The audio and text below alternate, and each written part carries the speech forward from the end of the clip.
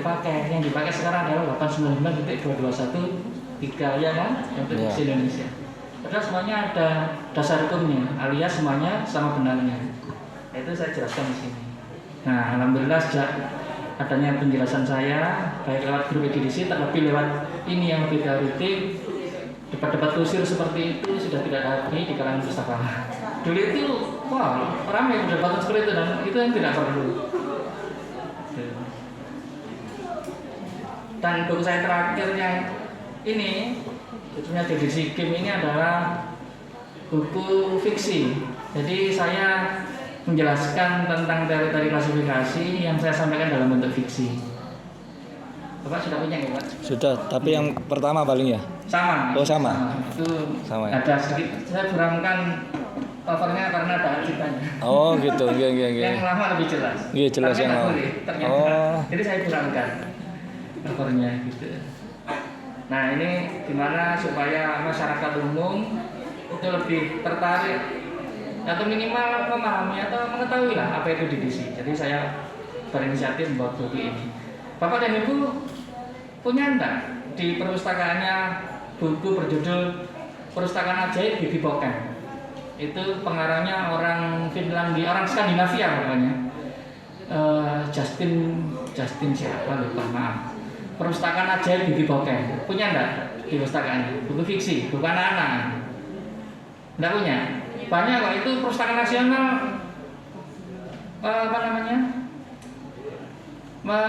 waktu memberikan bantuan sumbangan buku-buku antara lain buku itu Perpustakaan Ajaib Bibi Boken.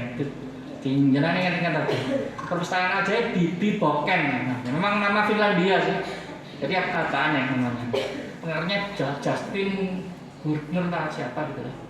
Nah itu buku itu menceritakan tentang klasifikasi DDC meskipun sedikit.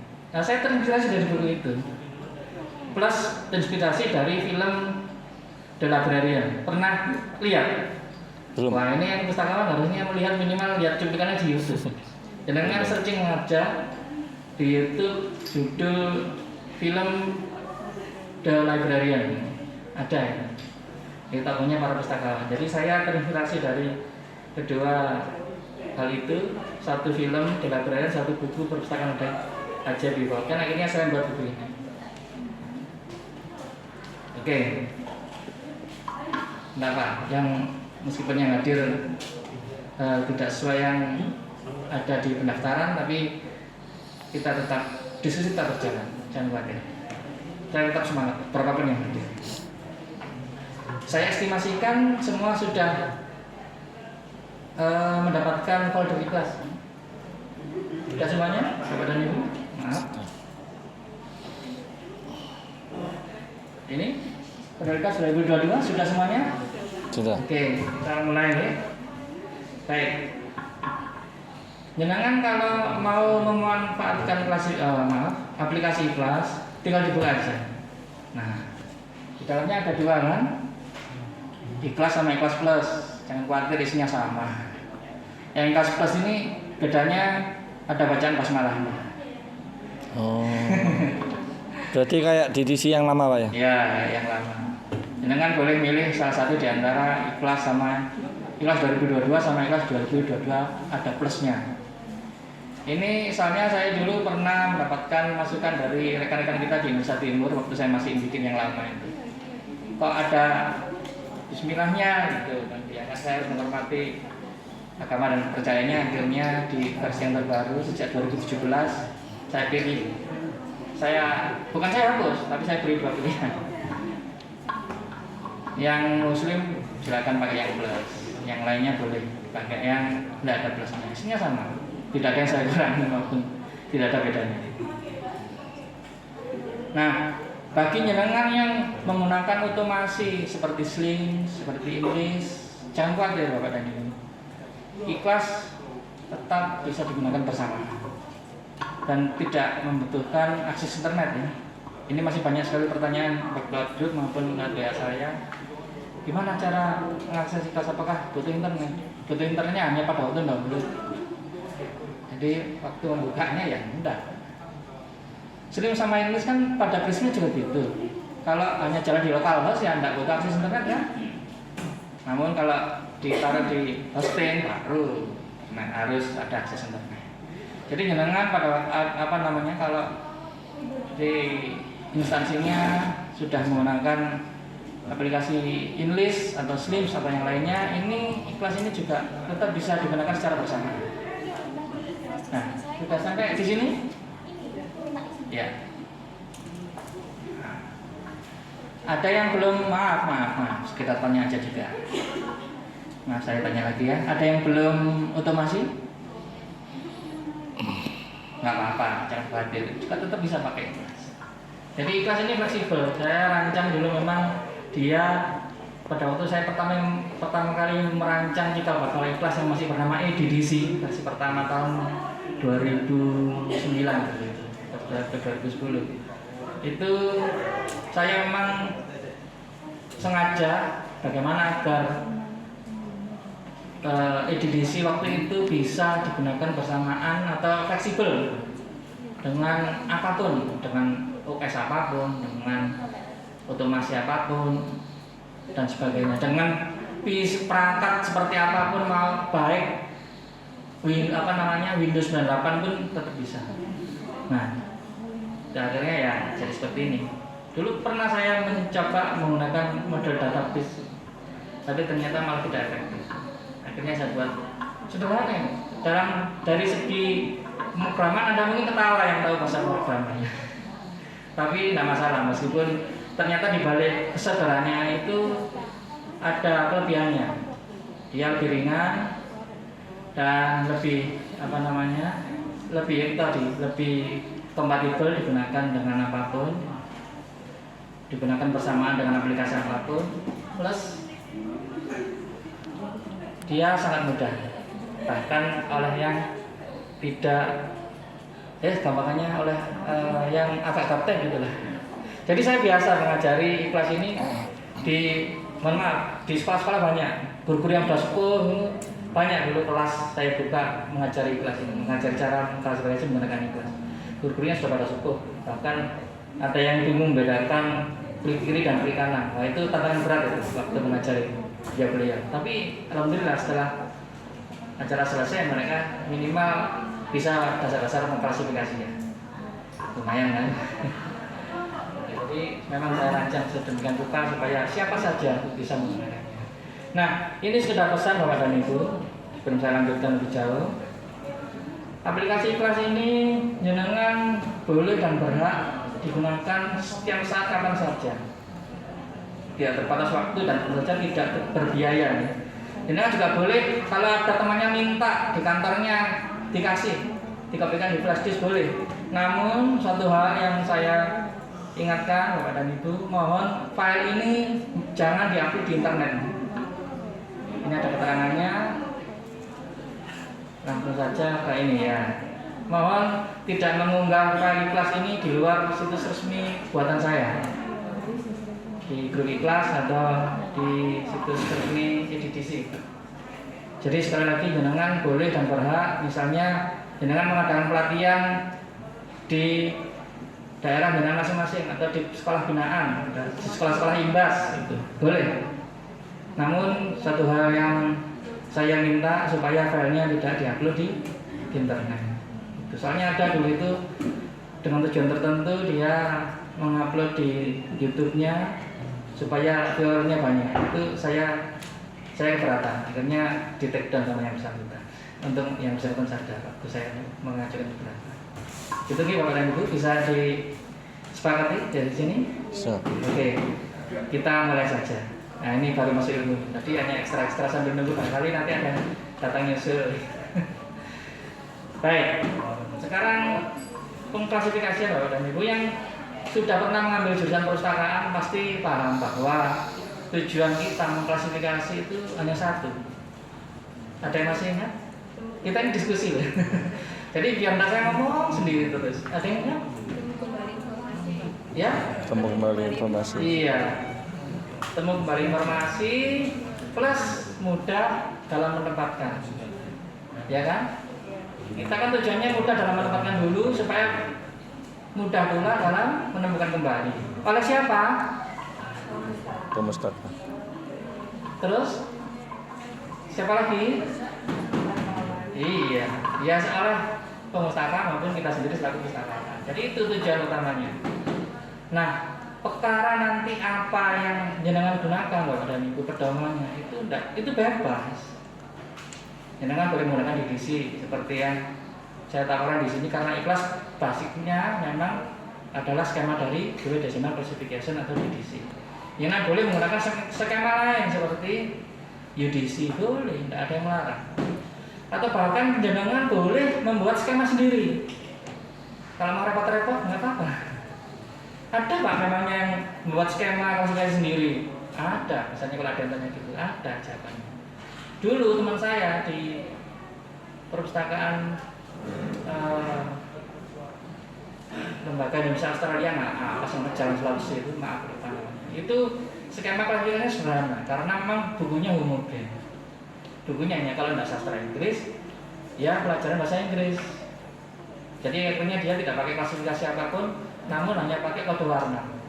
Yang sastra Inggris merah misalnya, yang apa namanya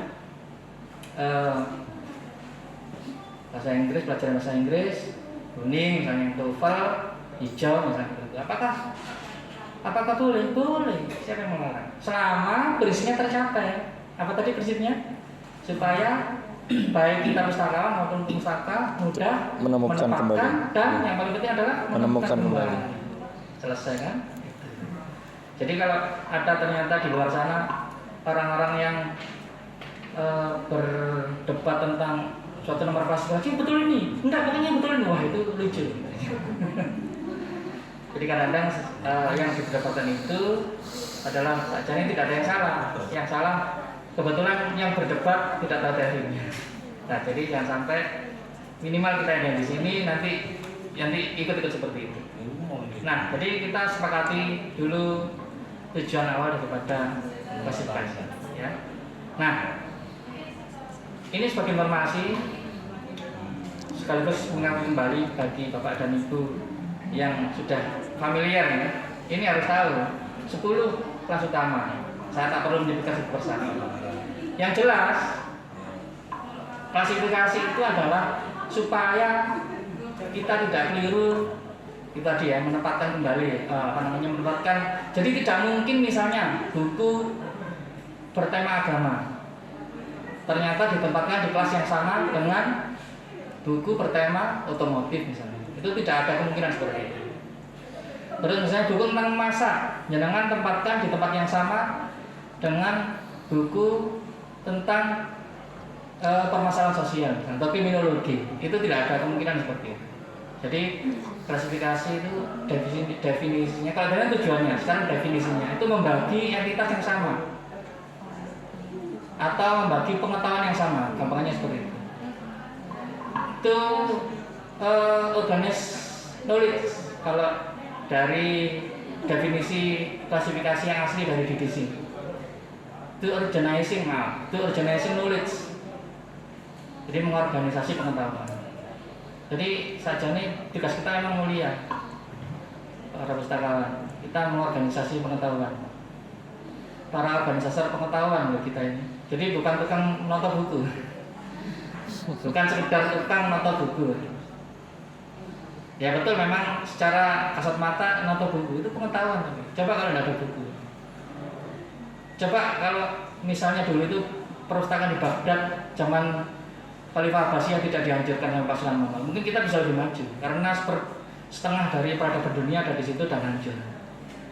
Betapa pentingnya beredar sebuah buku dan pengetahuan termasuk kita para organisatornya. Nah, 10 kelas utama ini saya kira Bapak dan Ibu sudah cukup jelas. Nah, bagaimana cara menggunakan ikhlas pada kelanjutannya? Nah, nanti setelah ini. Ya, setelah ini jenengan harus pahami ini dulu. Nah, coba jenengan klik manual dan tutorial. Bagi para pengguna ikhlas, sering di luar sana itu lalai atau mungkin lupa mengklik atau menyimak menu yang sudah saya sediakan di manual dan tutorial atau petunjuk penggunaan. Di sini boleh tombol merah yang ada di sini. atau di bawah sendiri boleh. Kebetulan yang paling besar di sini, yang paling banyak, yang paling mudah kelihatan. Di sisi sebelah kiri juga boleh. Jadi kelas ini aplikasinya sangat sederhana, hanya terdiri dari dua bagian. Sebelah kiri ini seluruh konten, ibaratnya kelas 00 sampai kelas 999 ada di sini semuanya, termasuk file-file penunjang. Nah, yang harus dibaca dulu sebelum penggunaan adalah menu manual dan tutorial.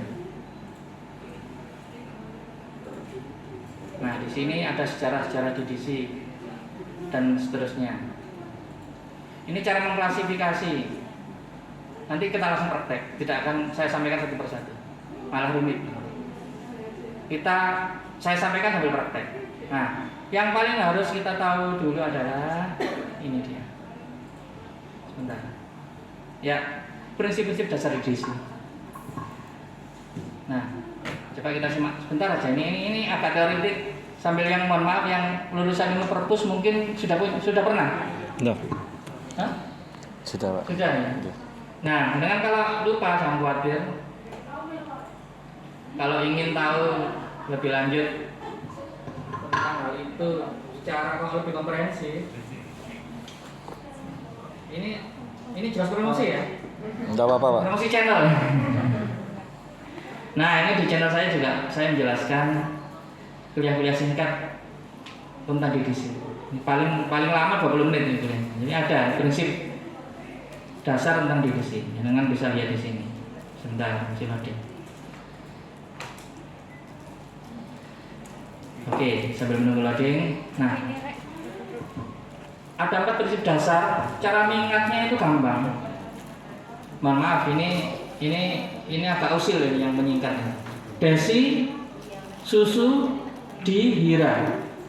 Jadi desimal, susu itu susunan dari ruang khusus, maaf. D itu disiplin, sama hierarki. Itu harus kita pahami terlebih dahulu sebelum kita menginjak disiplin. Desimal itu terdiri dari bahwa DDC terdiri dari 10 kelas utama yang tadi saya sampaikan. Kalau ilmu perpustakaan 10 kelas utama itu harus hafal, ya? Masih hafal, Pak? 10 kelas utama harus. Masih hafal, Pak? Hah? Masih hafal? Hah? Nah, yang masih hafal 10 kelas utama? Lupa ya, harus hafal itu. Bang cuma 10. Nah, 10 kelas utama itu harus hafal kalau pustakawan. Kalau non pustakawan boleh lah nggak hafal. Lagi pula sudah ada kelas. Ini loh 10 kelas utama. Ya, normal itu apa itu? Iya, harus itu. Nah. Terus 10 kelas utama dibagi menjadi 10 divisi. Misalnya kelas sama sains nanti pembagiannya ada matematika. Terus tenang di sini ada. Nah, jangan khawatir di sini kalau kelas divisi apa namanya sudah sampai di divisi tidak perlu dihafalkan, cukup dimengerti aja. Jadi misalnya kelas sains ya 500 itu ada matematika, astronomi, fisika dan seterusnya. Terus habis itu susunan dari umum khusus. Jadi di DC itu umum dulu atasnya, baru nanti lebih lama lebih khusus. Misalnya seperti ini. Contoh ya. Misalnya 510 kelas apa? 510 jangan dilihat. Matematika. Ya. Jadi yang atas 510 masih matematika secara umum dulu. Baru paling lebih ke bawah atau lebih rinci nanti lebih khusus. Jadi setelah 510 matematika secara umum, 512 itu adalah aljabar. Terus sampai 519. Jadi jenengan pada prinsipnya nanti kalau mengklasifikasi suatu bahan pustaka, misalnya sudah jelas isinya tentang matematika misalnya, terus isinya kok agak rumit itu berarti tidak secara umum, dia lebih khusus. Dan itu kayaknya jenengan harus mengambil nomor yang lebih rinci. Nanti kita praktekkan. Saya cuma ngomong gitu pasti belum. Oke. Nah, setelah susunan dari umum khusus, ini prinsip disiplin. Yang ketiga, prinsip disiplin. Ini sudah mulai. Prinsip disiplin. Disiplin itu begini maksudnya Bapak dan Ibu. Jadi ada kemungkinan satu subjek itu dibahas di beberapa disiplin yang sama. Contoh subjek anak ya, itu bisa jadi nanti dibahas di disiplin psikologi alias di kelas 150-an sebagai psikologi anak, atau dibahas di kelas sosiologi di 300-an sosiologi anak atau sosiologi keluarga, dibahas di kelas 6-10-an. Apa kelas 6-10? Masih ada ingat dari ilmu perpustakaan? Tenang aja, kalau enggak apa-apa, kan ada ikhlas. Dilihat aja kelas 6-10. Apa kelas 6-10? Iya, betul. Apa betul? Apa kelas 6-10, Bu? Apa kelas 6-10, Pak? Medical. Iya, betul. Kelas kesehatan dan kedokteran. Iya. Medical science. Jadi subjek anak juga dibahas di kelas jelas kedokteran atau kesehatan sebagai di dalam disiplin keperawatan anak atau bedah anak, banyak. Jadi seperti itu. Jadi kembali lagi ya, karena di disi memang menganut prinsip disiplin, itu memang kesannya agak rigid. Subjek anak aja dibahas di beberapa kelas sekaligus, belum lagi subjek yang lain. Komputer misalnya, kelas komputer kan, kalau komputer secara umum itu di kelas 001 tepatnya, dan seterusnya. Pokoknya depannya pasti 0, gitu aja dah. Terus tapi juga dibahas di ilmu teknik 62 sekian gitu. Sebagai teknik produksi komputer seperti itu, teknik manufaktur komputer seperti itu. Jadi itulah sifat DDC yang mana kadang-kadang di situ membingungkan prinsip disiplin ini. Dan dari situ pula akhirnya banyak terjadi perdebatan bahkan antar pustakawan sendiri, karena menimbulkan berbagai macam persepsi. Dia lupa kalau ada prinsip disiplin bisa dimasukkan di beberapa tempat, dan itu tergantung persepsi daripada pustakawannya masing-masing, dan tergantung juga dari jenis perpustakaannya. Misalnya ada koleksi hukum kedokteran, ada kemungkinan jenengan masukkannya di kelas hukum, ya kan? Karena dia mengandung 2 subjek. Ada kemungkinan jenengan memasukkan di dalam kelas atau disiplin hukum. Ada juga kemungkinan kedua, jenengan memasukkan di kelas kedokteran. Namun bagi pustakawan yang mengelola perpustakaan di Fakultas Hukum, disarankan menempatkan buku tersebut di disiplin apa? Hukum. Dan sedang sebaliknya, untuk pustakawan yang mengelola perusahaan kedokteran disarankan menempatkan di disiplin kedokteran. Gitu. Itu disiplin yang membuat penempatan atau penomoran bahkan untuk judul buku yang sama itu bisa berbeda, tergantung sudut pandang pustakawan maupun perpustakaan yang dikelolanya. Itu baru beberapa faktor. Masih banyak faktor yang lain yang membuat penentuan nomor klasifikasi diksi bisa berbeda. Nah, yang terakhir prinsip hierarki. Ini juga beberapa kali membuat perdebatan di antara perpustakaan. Prinsip hierarki itu seperti ini, langsung saya contohkan aja. Jadi misalnya ini kelas matematika ya. Kelas matematika saya ambil kelas aljabar 512. Kita lihat aljabar adalah 512. Prinsip hierarki itu maksudnya seperti ini. Nah, saya ambil salah satu contoh 512.3 itu adalah teori bidang. Kalau misalnya saya mengkelaskan subjek teori bidang ini hanya di kelas 512 saja, itu secara hierarki sudah benar. Karena dia kan dibawahi 512 kan? Dibawahi kelas aljabar 512. Namun tentu saja lebih baik pakai nomor yang lengkap yang sudah disediakan. Itu prinsip DDC. Prinsip hierarki dalam DDC. Saya ambil contoh yang lain, misalnya ilmu kedokteran 610. Nah, misalnya ini anatomi jantung 611.12. Ini misalnya hanya dikelaskan di 611.1, benar atau salah, Bapak dan Ibu? Misalnya tentang anatomi jantung ini hanya nomornya kan aslinya kan 611.12 ya kan? Iya. Kalau misalnya saya mengklasannya hanya di nomor 611.1 atau 611 saja, sudah benar atau belum menurut prinsip hierarki? Gimana kalau menurut Bapak dan Ibu? Benar secara garis besar aja. Iya. Jadi menurut prinsip hierarki itu sudah benar. Sudah sesuai dengan prinsip hierarki. Namun sebaiknya memang pakai nomor lengkapnya. Jadi misalnya 611.12 untuk subjek jantung ini ya, saya hanya beri nomor kelas 611.1 saja untuk organ kardiovaskular, itu sudah benar secara prinsip hierarki. Ingat-ingat nih prinsip hierarki. Atau saya hanya taruh di 611 saja di human anatomi, sudah benar juga secara prinsip hierarki.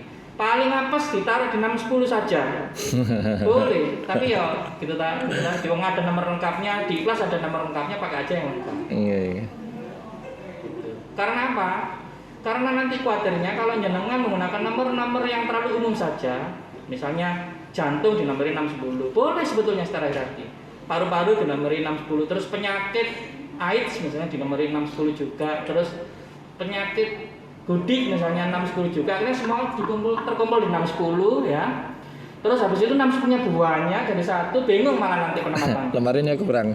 Ya, 610 semuanya, mulai gudik, mulai AIDS, mulai koreng, mulai apa jenenge profesi kedokteran dan sebagainya, 610 semuanya bulat nanti. Dan itu akhirnya ujung-ujungnya menyalahi tujuan kita dari klasifikasi apa tadi? Mudah Pencarian dan penemuan kembali. Maka dari itu, meskipun secara hierarki sudah benar, sebaiknya jangan dari awal menggunakan nomor selengkap mungkin sebagaimana yang sudah disediakan di DDC atau di kelas ini. Untuk perpustakaan sekolah misalnya, Pak, koleksi saya masih sedikit kok misalnya gitu, saya pakai nomor-nomor umum aja. Jangan, tetap pakai nomor selengkap mungkin yang disediakan supaya nanti dengan seiringnya waktu bertambahnya koleksi, jadi lebih mudah dalam penempatan. Gitu kalau saran saya. Nah, gimana Bapak dan Ibu sudah dipahami? Tadi itu prinsip banget soalnya, prinsip dasar gizi. Dan jenengan kalau misalnya ingin menyimaknya dan lupa tempatnya di mana, di sini saya kasih tahu lagi. Di manual dan tutorial nih, atau kembali ke home, manual dan tutorial di about DDC. Ini dia. Nah ini nih ada wajahnya yang buat DDC. Seperti ini tanya wajahnya. Keren ya wajahnya, berewokan. Ya, ini ada 4 prinsip ini, jenengan bisa menyimaknya lagi kalau misalnya ingin memahami. Oke, sekarang kita langsung ke praktek saja. Nah, sebelumnya saya kembalikan ke moderator, boleh nggak?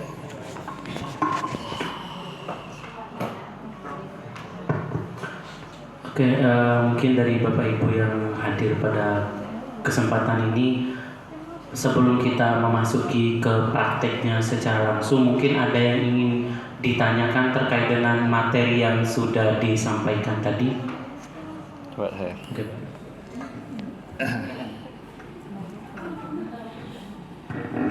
Assalamualaikum, perkenalkan nama saya Yunus, saya pengelola perpus SMP 9 Probolinggo. Yang saya tanyakan, saya kan 3 kali mutasi ya, dari SD, kemudian SMP 8, terus SMP 9. Nah di SMP 9 ini saya temukan,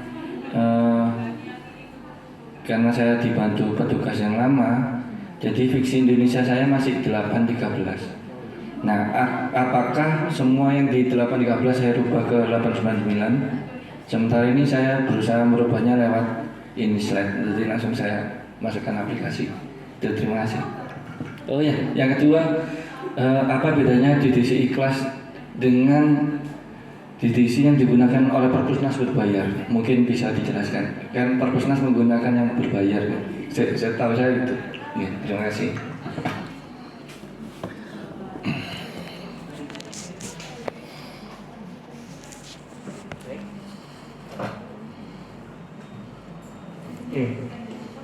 Terima kasih Pak Yunis. Yumif. Dari Probolinggo, Jaja dari Probolinggo. Nah, untuk pertanyaan pertama, sastra Indonesia menggunakan fiksi Indonesia menggunakan nomor klasifikasi 813. Sedangkan nomor aslinya itu adalah 899.221. Jadi kan bisa buka dari sini Bapak dan Ibu. Dari kelas 800 literatur ada, saya bikinkan nomor khusus untuk apa namanya itu konten khusus untuk sastra Indonesia. Jadi satu halaman ini hanya membahas sastra Indonesia. Di edisi yang cetak bagi yang kuliah di perpustakaan tidak ada. Dan jenengan harus membangun sendiri nomornya. Iya. Yang Makonda pun 813, bukan pakai 899.221. Jadi di Ikhlas ini saya perlengkap menggunakan versi yang aslinya. Nah, pertanyaannya masih boleh tidak menggunakan klasifikasi fiksi Indonesia pakai nomor kelas 813 sementara ada sendiri nomornya fiksi Indonesia, kita lihat ini fiksi Indonesia. Nah, 899.2213. Itu jawabannya adalah boleh. Jadi ini ada keterangannya. Di Ikhlas pun sudah ada keterangannya. Jadi di bawah ini ada keterangannya nomor opsional.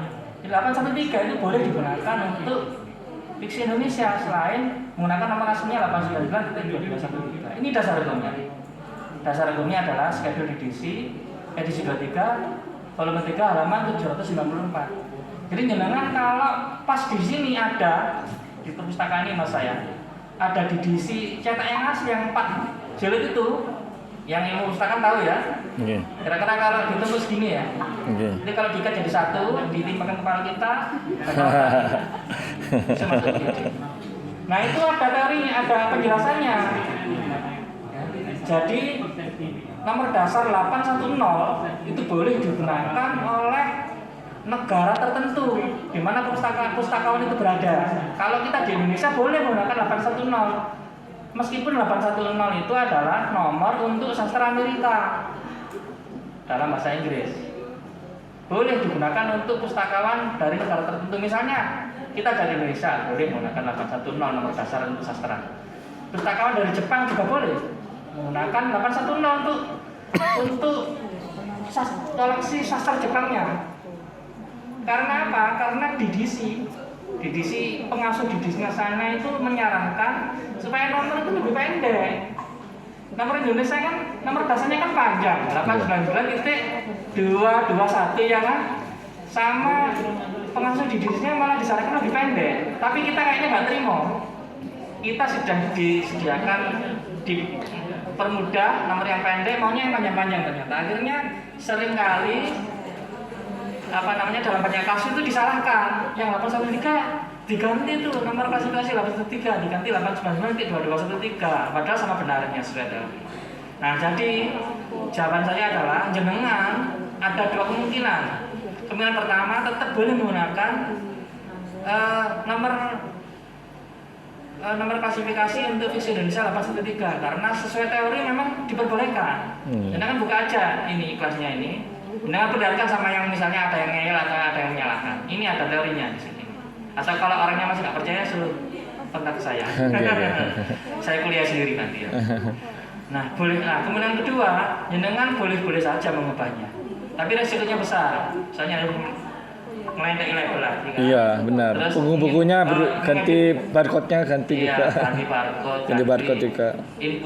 Inputan ganti. Ya kalau cuma 1, 2 atau 10 judul nama lumayan Pak. Kalau sudah satu rak gini ya. Iya, beberapa rak. Kalau saya. Iya. Kecuali kalau honornya banyak nggak masalah. Nah jadi ada dua kemungkinan. Yang pertama adalah tetap boleh menggunakan nomor klasifikasi 813 untuk fiksi Indonesia karena itu juga diperbolehkan secara teori. Yang kedua boleh mengubahnya. Jadi monggo saya kembalikan ke jalan masing-masing sama-sama benarnya yang penting. Gitu. Terus yang kedua, apakah perbedaan dan persamaan Ikhlas ini dengan yang digunakan Perpusnas? Nah ini saya perlu perjelas bahwa Ikhlas ini saya susun ini nih referensinya ini.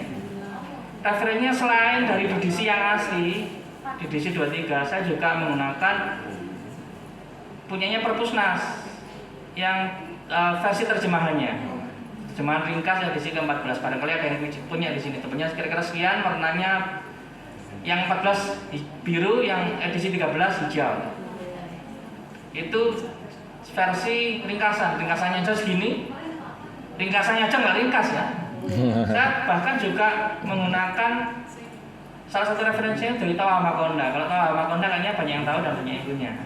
Ya, meskipun fotokopiannya ya, kasihan ya orang yang menulis di fotokopi terus bukunya. Di alat kubur ngeri ya Pak Makonda. Tak dapat royalti soalnya. Gitu ini, jadi gitu. Jadi semuanya ikhlas ini referensinya cukup jelas dan jangan khawatir Bapak dan Ibu sekalian. Ikhlas ini juga digunakan oleh Perpusnas. Jangan kalau tidak percaya silakan dicek di bagian bibliografi Perpusnas, tanya apakah betul ikhlas digunakan oleh Perpusnas. Digunakan. Malah di YouTube saya ini ada ini. Oh ya, ini tadi ada video mudah mani prinsip-prinsip dasar DDC ya. Jangan bisa simak di YouTube saya. Jangan lupa Di subscribe. betul sekali. Di komen Pak ya. Like, share dan komen. Ini alhamdulillah subscribernya sudah. Paling kalau komen saya gini, kapan Pak Rotmento ke Probolinggo gitu aja Wah, komen. alhamdulillah. Kalau ke sana saya dengan sangat senang hati. Insyaallah. Nah itu. Saya pernah jalan kaki dari Bromo Semeru pulang pergi 6 hari. Dulu masih muda. Sekarang jangan Pak, Semeru Iya, lagi batu-batu. ya. Nah ini sekedar informasi juga tentang apakah Perpusnas menggunakan ikhlas. Ini dia. Ini testimoni pengguna ikhlas pada waktu saya merilis ikhlas 2022 beberapa waktu yang lalu. Ini salah satunya adalah kita lihat ini dari mana. Ini nomor 11 ini. Jadi rekan-rekan dari Perpusnas pun sudah menggunakan ikhlas. Jadi Bapak dan Ibu jangan ragu-ragu. Apa namanya? Dikiranya, wah gak jauh ini Perpusnas. Ya secara kelembagaan memang tidak, karena saya underground ya, ibaratnya. Saya ini bekerja di bawah tanah. Sementara menurut Perpusnas, yang seperti ini tuh harusnya ada hak ciptanya. Saya kan tidak berhak cipta kan, karena saya berniat menolong perpustakaan yang ada di Indonesia. Tapi secara personal, mereka mendukung dan bahkan menggunakannya. Karena dari Perpustakaan Nasional sendiri paham bahwa kalau mereka melakukan workshop atau pembinaan di daerah, kesulitan membawa DDC yang tebel itu, yang terjemahnya aja segini, atau yang bahkan dari Amakonda aja kalau dia ke satu daerah aja harus bawa satu pol kadang-kadang atau satu box mobil. Kalau pakai ikhlas satu flash disk aja sisa 1 giga, cuma beberapa MB. Gitu, akhirnya bahkan mereka alhamdulillah berterima kasih. Saya sangat senang ketika tahu bahwa Pustaka Nasional meskipun secara informal, secara non resmi, tidak secara kelembagaan turut menggunakan aplikasi ikhlas. Jadi jangan khawatir Bapak dan Ibu, Pustaka Nasional sudah menggunakan ikhlas. Nah kita yang penting sah lah. Nomor klasifikasi yang jenengan ambil dari ikhlas ini insya Allah sah dan sesuai dengan standar yang berlaku. Karena saya mengujinya bertahun-tahun. Main-main saya waktu membuat versi yang terbaru ini dibandingkan dengan versi yang masih namanya EDDC itu ini lebih lama. Ini tahun 2017 waktu prototipe ikhlas sebelum saya rilis itu 3 tahun saya. Jadi mulai dari 14 saya sudah bikin, 15, 16, 17 baru saya rilis yang versi ikhlas yang pertama. Dan yang 2022 ini lebih lengkap insya Allah. Termasuk ada pilihan misalnya ikhlas sastra dengan ada pilihan ini. Nah, yang versi lamanya tidak ada ini. Untuk kelas 8, 9, 221 sastra Indonesia ada halamannya sendiri. Di kelas 900-an juga. Di kelas 900-an itu peta Indonesia ada sendiri. Jenengan kalau pakai DDC yang asli harus membangun nomor. Iya. Tidak disediakan. Hanya 910 ada keterangan untuk negara tertentu pakai ini sekian mumet. Saya sudah sediakan untuk peta Indonesia itu mulai 912.598. Peta Indonesia, terus peta-peta pulau-pulau yang ada di Indonesia komplit. Nah, misalnya nyari ada buku tentang peta Jawa Timur, langsung aja ketik peta Jawa Timur, keluar nomornya tanpa perlu capek-capek membangun nomor sendiri, atau jangan ditaruh di nomor yang terlalu umum supaya nanti lebih mudah penempatan dan penempatan kembali. Oke, ada lagi pertanyaan? Bisa disilakan nanti sebelum praktek. Mungkin ada lagi yang ingin ditanyakan. Monggo silakan. Atau langsung praktek? Oke. Ya, oke. Sekarang ini ada beberapa yang kita akan bahas bersama-sama. Biasanya Bapak dan Ibu, sebelum saya mulai mengklasifikasi itu saya sarankan ini seperti di sini. Jenengan bisa sambil membuka menu manual dan tutorial dari tombol ini, tombol merah manual dan tutorial, atau kembali ke home manual dan tutorial, langsung saja ke sini. How to use ikhlas. Maaf, ada yang lebih mudah lagi, maaf. Quick guide ikhlas saja. Nah, di situ ada rumus. Ini sudah saya jelaskan di sini juga. Rumus ini hanya berlaku kalau jenengan menggunakan ikhlas. Di buku ini saya jelaskan. Dan jangan khawatir, sudah sesuai dengan teori yang ada di DDC juga. Jadi rumusnya seperti ini. Pertama-tama jenengan sebelum mengklasifikasi, jenengan bagi dulu. Pokoknya dalam benak jenengan itu pastikan koleksi bahan pustaka itu terbagi menjadi 2 golongan besar. Satunya sastra, satunya non sastra. Ya, oke, bisa dipahami ya. Ini khusus untuk menggunakan kalau jenengan menggunakan ikhlas. Ini dia. Sastra atau non sastra. Itu dulu. Nah, sebelum berlanjut, kita ambil misalnya mana yang sastra ya? Ada yang sastra? Coba saya cari. Sebelumnya ini aja deh, kalian promo. Ini buku sastra, Bapak Ibu. Ya. Jadi di sini sci-fi novel. Di mana Anda bisa menentukan ini sastra atau bukan? Dari sini. Ini sastra dulu ya. Jenengan menentukan sastra dan non sastra itu dari tabel. Ini juga tidak perlu dihafalkan. Jenengan pahami saja. Klik tabel ya, untuk menentukan suatu koleksi sastra itu bagiannya apa aja. Sastra menurut DDC. Itu klik tabel 3 atau home tables, tabel 3. Tabel berapa pada itu? 3, jangan lupa ya. Nah, setelah terbuka tabel 3 terus sedikit. Ini dia. Di tabel 3A. Ini ada 8 bagian sastra. Masing-masing diwakili oleh nomor min 1 sampai min 8. Min 1 itu adalah puisi. Jadi menurut DDC, sastra itu terbagi menjadi min 1 puisi, min 2 drama, min 3 fiksi, dan seterusnya. Jadi kalau ada buku novel fiksi berarti dia sastra dalam bentuk sudah cukup jelas ya, fiksi ya, diwakili oleh nomor min 3. Kalau ada kumpulan cerpen, masuk apa? Pak dan Bu. Ini ada kelihatan di sini. Kumpulan cerpen berarti masuk kategori iya fiksi. Fiksi gitu aja deh. Nah, jangan dihafalkan min 1, min 2, min 3-nya, fiksi gitu aja. Terus kalau misalnya kumpulan puisi Karir Anwar, bentuk sastranya berarti apa? Bentuk sastranya. Apa bentuk sastranya, Mas? Ini ada 8 ini ya. Iya, puisi. Terus atau misalnya ada buku naskah dramanya Rendra. Ya gampang, langsung ini berarti. Bentuk fiksi, bentuk sastranya drama. Jadi jenengan harus tahu dulu bentuk-bentuk sastra dari sini. Ininya enggak dihafalkan enggak apa-apa. Min 1, min 2, bahwa fiksi itu min 3, abaikan saja. Yang penting tahu bahwa bentuk-bentuk sastra seperti ini, ada puisi, drama, dan itu tidak perlu dihafalkan, dipahami saja. Jadi sekali lagi sebelum mengklasifikasi karya sastra, kalau menggunakan ikhlas, bagi dulu menjadi 2 kategori besar, 1 sastra dan 1 non sastra, gitu ya. Untuk sastra bagi-bagiannya adalah seperti ini. Nah, rumusnya kalau pencarian nomor pas menggunakan ikhlas itu adalah bentuk sastra plus asal sastra atau negaranya. Dari mana jenengan mengetahui asal suatu sastra? Paling gampang itu dari pengarangnya. Ya.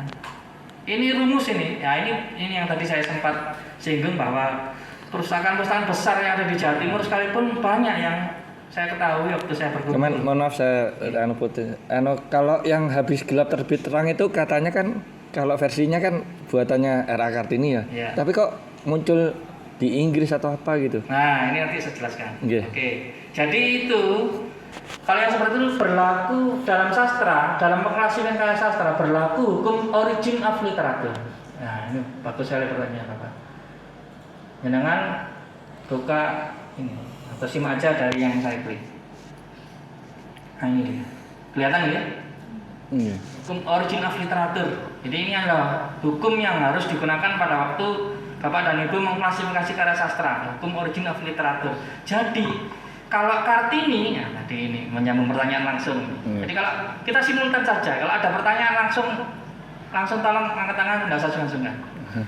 Jadi Kartini, meskipun bukunya diterbitkan di Belanda judulnya Door de Tutlitz.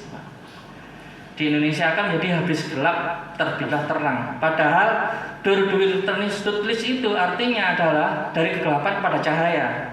Dalam bahasa Belanda, saya kebetulan bukan berarti saya paham bahasa Belanda. Saya hanya tahu judul aslinya itu seperti itu, Kartini menulisnya Door de Tutlitz.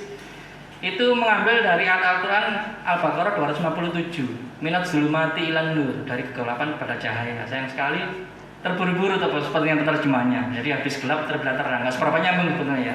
Minat zulumati ilan nur, dari kegelapan pada cahaya menjadi habis gelap terbitlah terang. Nah, kembali ke pokok permasalahan. Meskipun buku Kartini kumpulan surat-surat menurut saya. Jadi dia termasuk sastra karena kumpulan surat-surat. Nanti saya kembali ke tabel 3. Sebentar, ke sini dulu ke hukum origin of literature. Nah, karena Kartini meskipun bukunya diterbitkan di berbagai negara, dia adalah dari Indonesia, maka dia masuk sastra Indonesia. Gitu. Itu prinsip. Karena apa tadi ini? Hukum origin of literature, jangan ingat-ingat saja. Hukum origin of literature. Sementara rinciannya jangan tidak perlu hafalkan, lihat aja di kelas 800 ini keterangannya di sini. Jadi berdasarkan BBC 23 volume 3 halaman 793 itu ada namanya hukum origin of literature. Jadi pengklasifikasian karya sastra itu berdasarkan asalnya, origin itu asal. Bukan bahasa yang digunakan. Meskipun Kartini bukunya diterjemahkan di bahasa Belanda, bukan berarti dia akhirnya menjadi sastra Belanda. Meskipun Kartini bukunya diterbitkan di Inggris, dia tidak lantas menjadi sastra Inggris.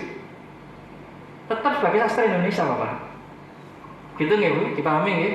Sama, bukunya Andrea Hirata diterbitkan di mana-mana seluruh dunia. Apa bukunya Andrea Hirata yang paling terkenal? Jangan pasti sudah baca atau sudah nonton filmnya pasti, atau minimal dengar lagunya. Laskar Pelangi, ya kan? Nah itu diterbitkan di mana-mana, di Jerman, nggak tahu bahasanya apa namanya judulnya apa, lupa saya bahasa Jermannya. Di Inggris dan Amerika yang berbahasa Inggris itu The Rainbow Troops, ya. Tapi bukan lantas terus akhirnya dari buku The Rainbow Troops itu menjadi sastra Amerika atau sastra Inggris. Tetap dia sastra Indonesia, meskipun isinya bahasa Inggris, mengikuti asal pengarangnya. Itu namanya hukum origin of literature. Enggak, Bapak? Iya. Kalau yang tokohnya bagaimana? Namanya orang Indonesia menceritakan tokoh-tokoh orang luar. Oke. Berarti itu bukan masuk sastra, Pak? Itu masuk sastra mana? Bukan buku sastra berarti kalau menceritakan tokoh. Itu buku biografi. Nanti masuk kelas biografi. Jadi yang kita bahas di sini adalah kelas khusus kelas sastra, Bapak. Kelas 800-an. Nanti kalau menjelaskan buku yang isinya tentang tokoh berarti masuk kelas 920-an atau kelas biografi. Itu nanti kelasnya ada sendiri, Pak, pembahasannya. Kalau cerita di dalam cerita itu loh. Orang barat misalnya. Itu ceritakan oleh orang Indonesia bagaimana? Nah, itu sama artinya karena isinya tentang tokoh, dia tidak di kelas sastra. Di kelas biografi nanti. Oke, kita kembali ke kelas sastra dulu ya, Pak. Ini memang agak ribet. Jadi kalau jenengan Bapak dan Ibu, kalau pakai edisi yang asli, bagi yang dari ilmu perpustakaan, terus buka, mau mencari kelas fiksi Indonesia, mencari kelas fiksi, dicari pakai indeks, fiction, pasti nanti hasilnya salah. Apalagi kalau kita mencari, bukan berarti di indeks didingnya salah. Yang salah itu yang membacanya, yang menggunakan didisinya, karena tidak menyimak yang dijelaskan dalam schedule. Ini agak teknis, mohon maaf Bu. Kita langsung ke sini aja nanti. Nah, pokoknya jangan lupakan prinsip origin of literature ini. Baik, Kita ambil contoh. Nah, karena di sini tidak ada buku sastra selain buku saya ini. Saya ambil aja misalnya bukunya Harry Potter. Oke, bukunya Harry Potter sudah diterjemahkan ke dalam bahasa Indonesia, misalnya bukunya Harry Potter dan Religi Kematian. Itu bahasa Inggrisnya aslinya Harry Potter and the Deathly Hallows. Sudah lihat filmnya? Belum. Belum. Saya sudah semuanya. Oke, itu berarti dia masuk mana? Meskipun sudah bahasa Indonesia, masuk sastra mana? Inggris. Iya, karena Pengarangnya. iya, siapa pengarangnya Pak Dani? Masih ingat? Nggak tahu. Hah? J.K. Rowling. Ya, gampang kalau kan lupa pengarangnya. Misalnya klasifikasi suatu buku. J.K. Rowling dari mana? Ya ini saya mau menentukan asal sastranya nih. Browsing saja. Kan selesai. J.K. Rowling, asal J.K. Rowling. Dari mana? Dari Inggris. J.K. Rowling. Dari Inggris dia. Nah, berarti dia masuk sastra Inggris. Jadi kita menghormati pengarangnya. Nanti mentang-mentang bukunya J.K. Rowling, Harry Potter, Harry Potter and the Deathly Hallows sudah diterjemahkan ke Indonesia dengan judul Harry Potter dan Religi Kematian, terus dimasukkan ke dalam fiksi Indonesia. Ya ngamuk, Om. Kita tidak menghormati pengarangnya. Itu maknanya. Makna filosofinya seperti itu. Bisa dipahami Pak? Ini prinsip saja. Sastra ini agak ribet, penjelasannya lebih sangat panjang, tapi ini saya bikin mudah. Nah, kalau ada buku novelnya Agatha Christie nggak di sini? Ada nggak? Atau buku novelnya Alfred Hitchcock, True Detective? Bahasa Indonesia dia, Alfred Hitchcock dan Puri Setan. Waktu saya sendiri sudah baca itu saya. Alfred Hitchcock dan True Detective, Puri Setan judulnya. Itu masuk sastra mana Bapak dan Ibu? Coba saya tanya. Kan kita diskusi.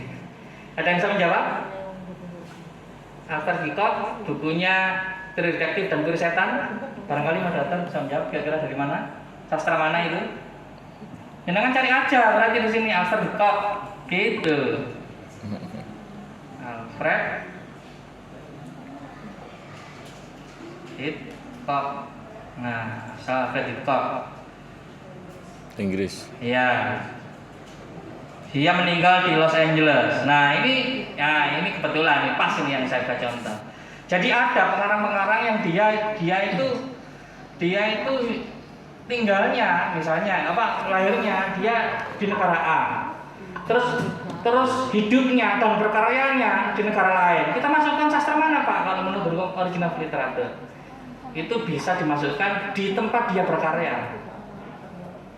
Karyanya diterbitkan dengan bahasa apa atau di mana dia karyanya diterbitkan. Itu cara kedua.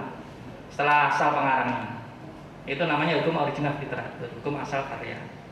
Alfred Hitchcock lahir di meskipun lahir di Inggris, tapi dia membuat karya-karyanya itu di Los Angeles. Berarti dia masuk karya sastra Amerika. Begitu. Jadi kalau ada buku itu tadi ya, misalnya buku Alfred Hitchcock itu ya, meskipun sudah dalam bahasa Indonesia, jangan dikelaskan di sastra Indonesia.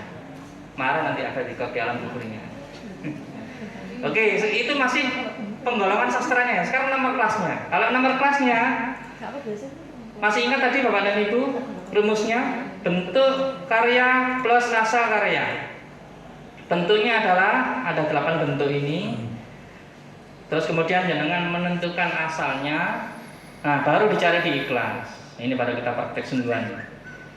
Klik di search. Nah, misalnya bukunya siapa? Harry Potter tadi ya.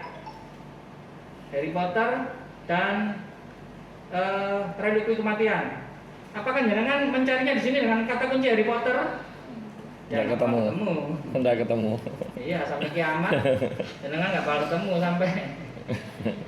sampai dal lurus nggak ketemu. Ingat tadi rumusnya adalah bentuk karya dan asal karya. Ingat-ingat kalau bentuknya bentuk sastra dari buku Harry Potter pasti fiksi, ya kan? Novel kok ya jelas fiksi. Maka di sini mencarinya adalah dengan kata kunci bentuk karya plus asalnya Inggris. Jadi fiksi Inggris. Terus kemudian enter. Berapa nomornya? Ya? Ada yang bisa menjawab? 823. Oh iya. Di sini dia ada ini sastra Inggris. Jangan cermati dulu, enggak berarti yang paling atas hasil pencarian benar ya, enggak mesti. Kadang-kadang ada, pokoknya di antara 3 besar ini lah. Ini ada sastra Inggris, cermati dulu ya. Sastra Inggris diklik, kemudian dilihat di kolom sebelah kanan. Ini uraiannya secara lengkap. Karena yang kita cari adalah kata kunci fiksi Inggris, kita harus menemukan 2 kata kunci itu. Ini masih Inggris ini. Nah ini baru ketemu fiksi Inggris, nomornya ini. Gitu. Nah ini baru betul. Jangan lantas Harry Potter bukunya bahasa Indonesia dicari di sastra Indonesia.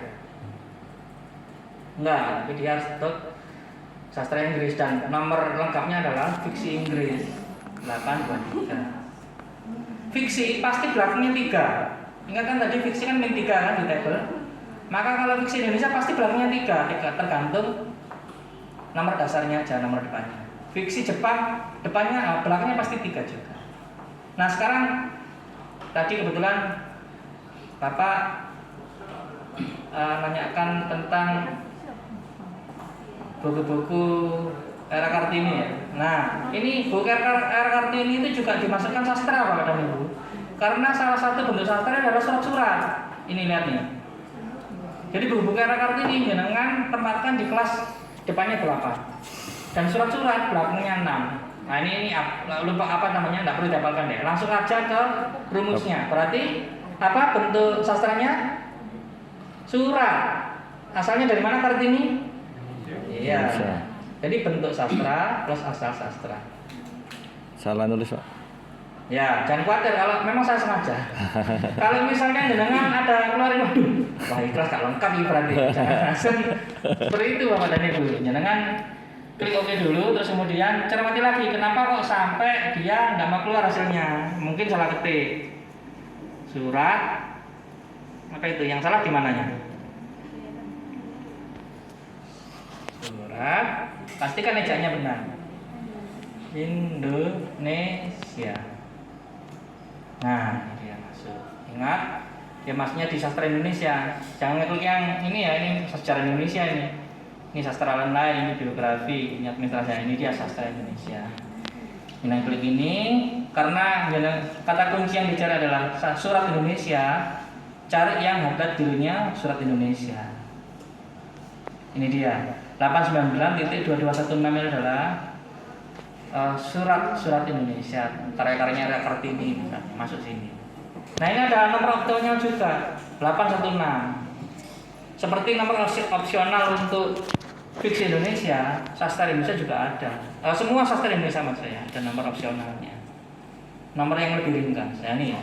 Ini fiksi Indonesia ya, 899.2213 boleh menggunakan 813.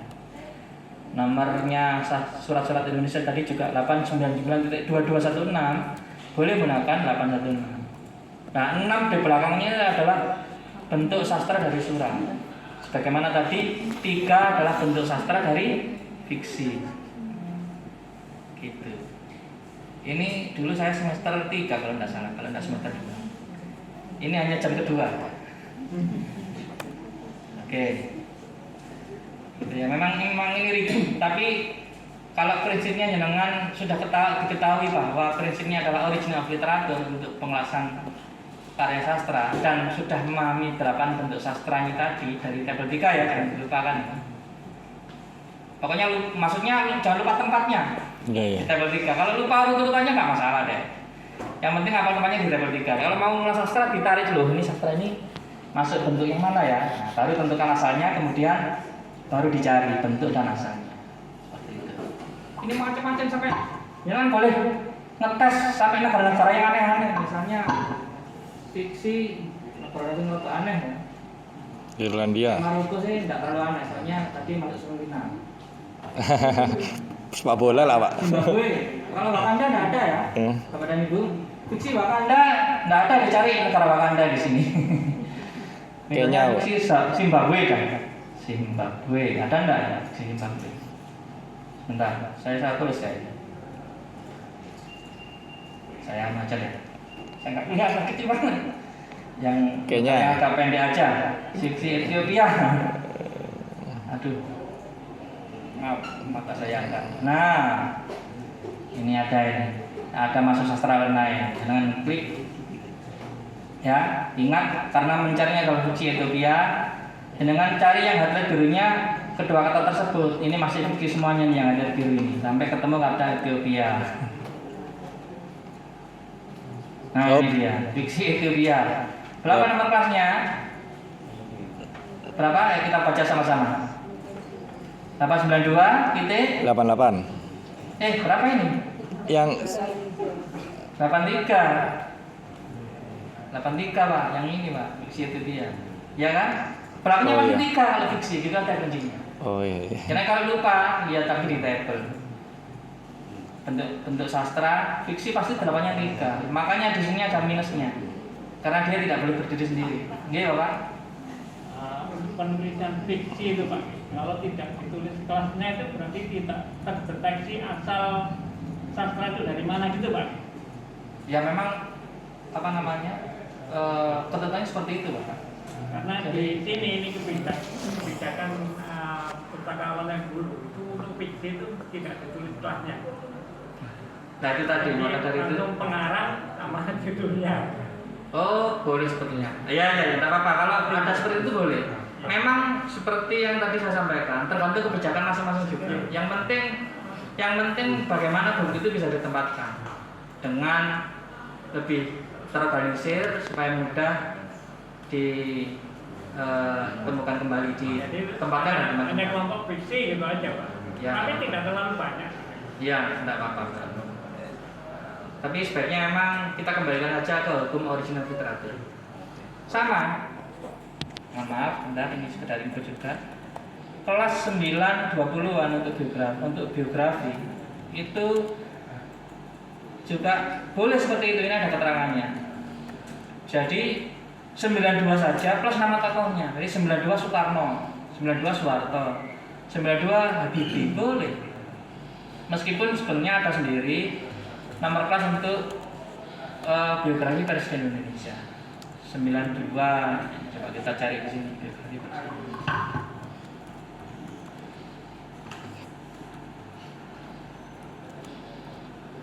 Nah, ini Presiden Indonesia, ini nomor lengkapnya itu adalah 923.1598. Namun boleh juga dengan pakai 92 B.J. Habibie misalnya, 92 SBY, boleh.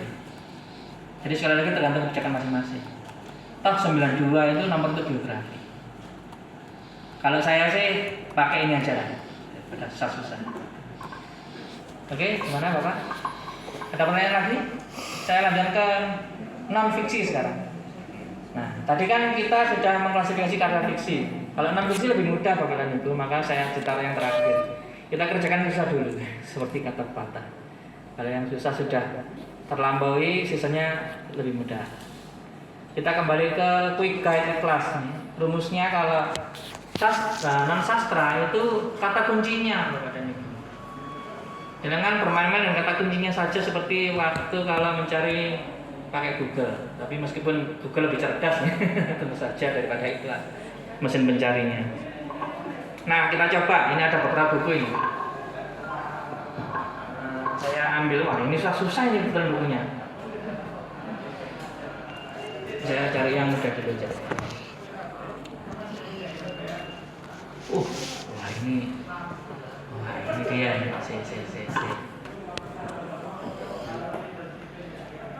Ya ini aja dulu deh. Nah, buku ini kebetulan contohnya yang ada di sini itu semuanya. Ini aja deh. Nah, ini mudah nih. Nah, dalam satu buku Bapak dan Ibu itu ada yang terdiri dari satu subjek atau satu pembahasan, ada yang dari 2 subjek, ada yang berbagai macam subjek dan sekaligus berbagai macam disiplin.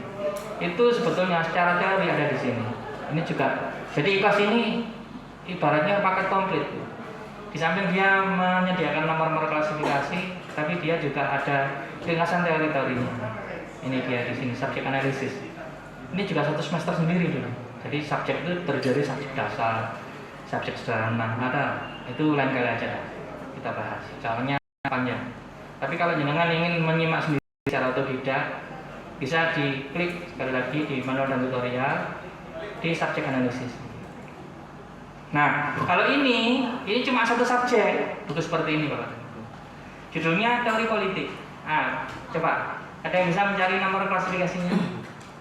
Dengan cari teori politik nomor berapa? Iya, betul Pak. Tapi diam-diam dulu Bapak. Biar coba yang lainnya mencoba. Ada lagi yang nomor belum lengkap. Tapi secara prinsip itu tadi sudah betul Pak. Secara prinsip hierarki tepatnya sudah betul. Namun boleh ditambahi dengan sub-sub 20.01 Pak. ya, coba kita cek ya. Jangan pakai kata kunci apa yang carinya? Politik. Politik saja. Coba cari dengan kata kunci teori politik. Ini kan judulnya kebetulan teori politik. Jadi kita boleh menggunakan judul sebagai kata kunci pencarian. Meskipun tidak mesti judul itu mencerminkan isinya. Don't judge a book by its cover, seperti kata orang Madura. Nah, coba kita cari kata kunci teori politik. Berapa nomornya? Sama? 20.01. Iya. Jadi lebih mudah lagi kalau mencari ada dua kata. Iya. Politik. Nah ini kebetulan paling atas. Dan hasilnya adalah, nah ini kan masih politik semuanya. Nah ini ada dua yang muncul, teori sama politik. Berarti nomornya ini 320.01. Nah meskipun tadi Bapak 320 ya Bapak, betul. Secara hierarki tetap betul. Namun lebih baik lagi pakai yang nomor yang lebih lengkap. Saya cuma hafal garis besarnya. Oke, betul sekali Pak. Sudah senior.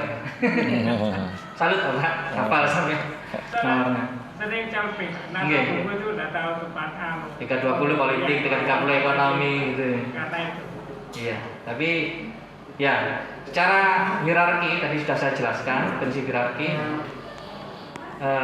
Apa namanya?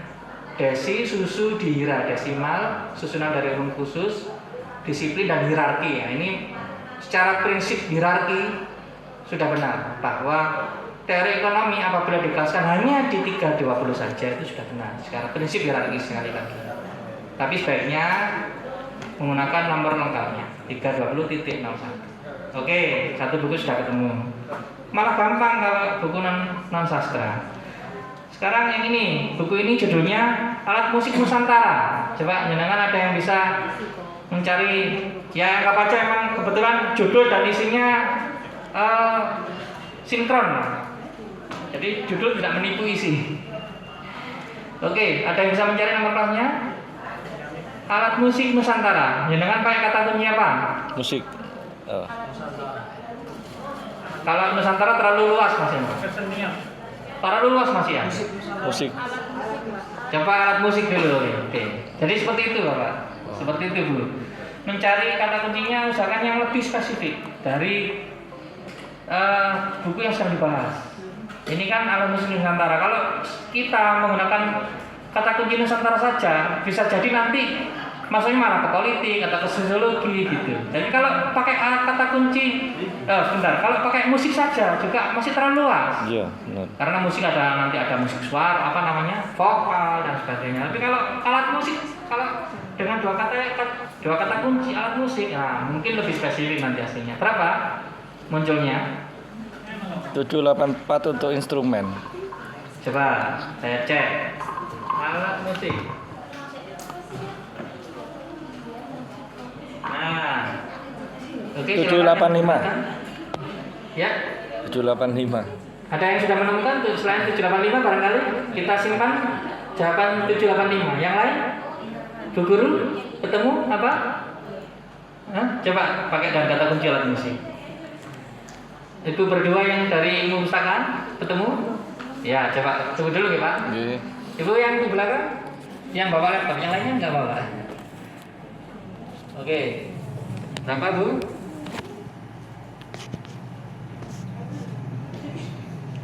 Mas berapa? Ketemu? Pakai kata kunci alat musik coba. Saya carikan juga ya alat musik. Kalau misalnya, ini tips nih Bapak dan Ibu. Ini misalnya jangan mencari kata kunci alat musik. Ini kan halamannya cukup banyak ya. Kalau di scroll down nggak ketemu-ketemu, jangan boleh pakai cara seperti ini nih. Jangan klik tempat kosong, kemudian Ctrl F, Ctrl F. Yang tadi belum ketemu kan kata alat. Nah, ketik aja alat. Dan muncul enggak dia? Coba di next. Alat musik tuh, saya nggak lihat. Nah ini dia nih. Alat musik. Bentar, saya kembali ke. Bentar, oh ini alat perekam bukan. Jangan gunakan komputer sebagai alat musik. Oh belum. Ya masih belum. Alat musik ensemble. Ya ada yang sudah bisa menjawab? 784 saja. 784 alat musik ensemble. Alat musik ensemble. Sebentar. Barangkali ada nomor yang lain alat musik. Nah, musik instrumental 784.18. Oh, bentuk musik bukan. Nah, memang ini luas ini nomornya alat musik tertentu. Nah, ini mulai muncul ini. Nah, alat musik bio. Oh, habis. Kayaknya tergantung jenisnya. Ya. Tergantung jenisnya juga. Ini alat musik macam-macam, alat tradisional ternyata. Oh, gitu. Nah, ini tadi yang tadi saya sampaikan bahwa klasifikasi itu bisa jadi subjektif, tergantung persepsi masing-masing jenengan kan. Namun kalau sudah nomornya di sekitar 78-an ini sudah benar. Karena dia nomor untuk alat musik atau instrumen. Tinggal jenengan ingin masukkan di mana? Apakah dimasukkan di 784 boleh atau di 786 juga boleh. Alat musik tertentu. Kalau saya kayaknya saya masukkan sini aja deh. Karena ini alat musik ini kan spesifik, dia hanya ada di Indonesia. Dia alat musik tertentu. Itu 786. Apakah boleh ditambahkan dengan notasi Indonesia dari tabel 2? Boleh. Meskipun tidak ada perintahnya. Jadi ini pernah ada pertanyaan ke saya. Pak, boleh enggak Pak menambahkan nomor dari tabel 2 tanpa ada perintah? Boleh. Caranya seperti ini. Ya, ini pelajaran semester 2 ingat saya. Yang dari Perpus semester berapa pelajaran menambah dengan tabel dengan menambahkan notasi dari tabel? Ada yang ingat? Semester 2. Ini ya 786 ini ya. Caranya seperti ini. Dengan copy, taruh saja di Word misalnya. Nah, jangan lupa setelah digit 3 harus ada titik. Sekarang tinggal menambahkan tabel 2 Indonesia. Meskipun saya hafal tabel 2-nya 598, tapi ya searching aja lah. Indonesia list topik ya. Klik enter. Nah, karena hasilnya banyak, kita kan tadi maunya nyari di tabel 2 kan? Mana tabel 2? Di manakah tabel 2 sembunyi? Ini dia, tabel 2. Sebentar, mouse-nya. Tabel 2, ini dia, tabel 2 wilayah Indonesia. Tabel 2-nya ada 2 Bapak dan Ibu. Sebentar, saya ke sini aja dulu deh. Meskipun dari sini juga langsung ketemu nanti. Saya tabelnya ada sediakan saya sediakan 2 tabel 2. Ada 2 versi tabel 2, yang satunya adalah dari bawaannya di DC. Yang satunya adalah dari Perpusnas. Jadi perluasan tabel 2. Dan tabelnya setiap kota ada, setiap kabupaten. Kalau di tabel 2 bawahnya di DC enggak ada. Ini dari Perpusnas. Oke, kita kembali ke sini, ngeklik tabel 2 dari sini aja. Nah, kalau Indonesia ini dia nomornya 598. Jadi ini ditambahkan. Nah, ini ada keterangannya di sini. Apabila tanpa instruksi, ya, jenengan harus menggunakan interposisi 09. Jadi ambil dulu 09. Karena tidak ada instruksi.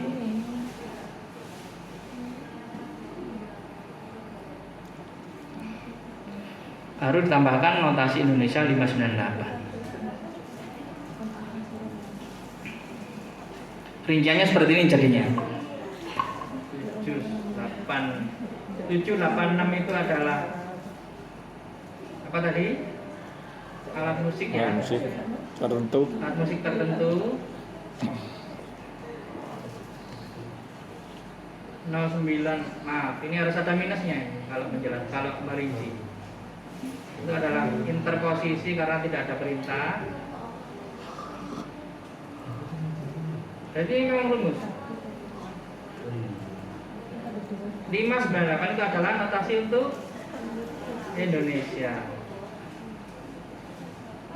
dari tabel 2. Seperti ini rinciannya. Begitu. Nah, biar kelihatan. Nah, namun sekali lagi, maaf ini tanpa spasi. Namun sekali lagi, kalau buku ini jenengan hanya ditempatkan di nomor kelas 789 saja, gimana Bapak Ibu? Boleh enggak? Hah? Yang tadi saya sampaikan itu loh, prinsip hierarki boleh enggak? Boleh, secara prinsip hierarki dia sudah benar. Namun lebih baik lagi dinamori dengan nomor yang lengkap. Kalau misalnya ininya nggak patut gimana? Misalnya lupa nggak ngasih nomor interposisi ya karena nggak ada perintah.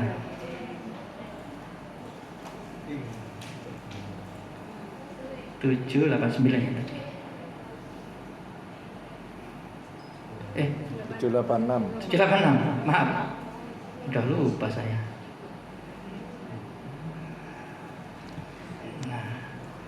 Nah, ini ada perintahnya. Kalau jenengan lupa nggak ngasih interposisi 09, ini resikonya masuk sini nomornya nanti.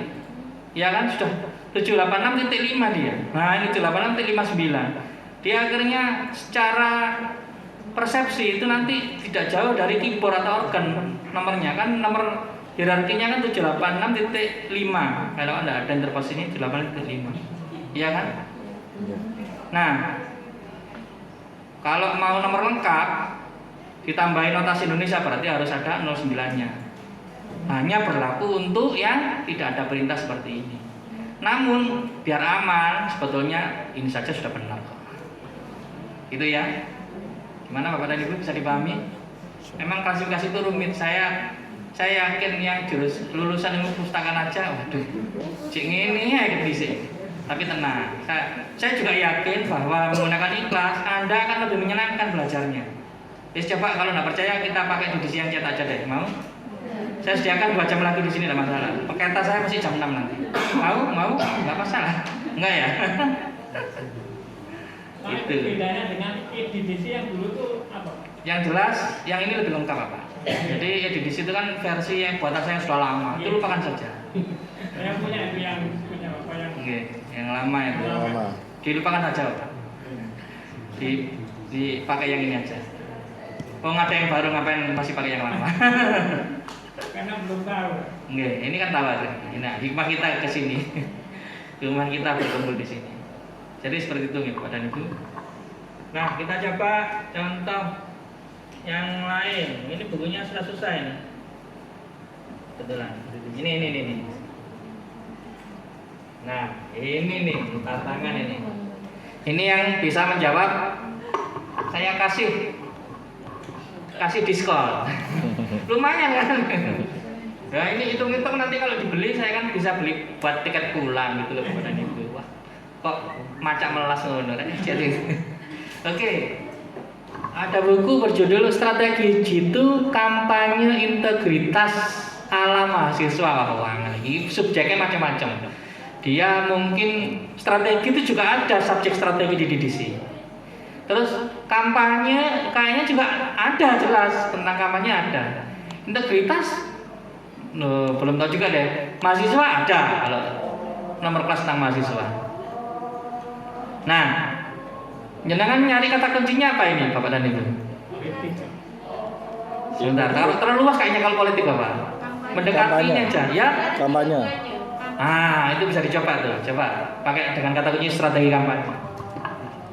Ada enggak? Ada. Ya betul, pasti nanti di 320-an Bapak. 324 kalau kan pemilu. 32 betul Bapak. Pemilu 324. Iya. Tuh. Ini dia. Namanya pas cuma hanya satu-satu ini ya. Ya sudah berarti itu. Tidak ada lagi di disiplin lain selain di disiplin politik 320 dan nomor lengkapnya adalah strategi kampanye.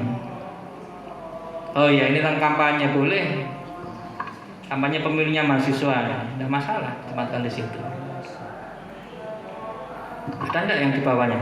Masih ada. Tentang kampanye nominasi, strategi politik, biaya kampanye. Jadi pada intinya 324. di sini tetap benar. 324. Ada yang menemukan kelas lain barangkali? Tidak ada ya, satu-satunya tadi ya. Oke. Nah, sekarang coba.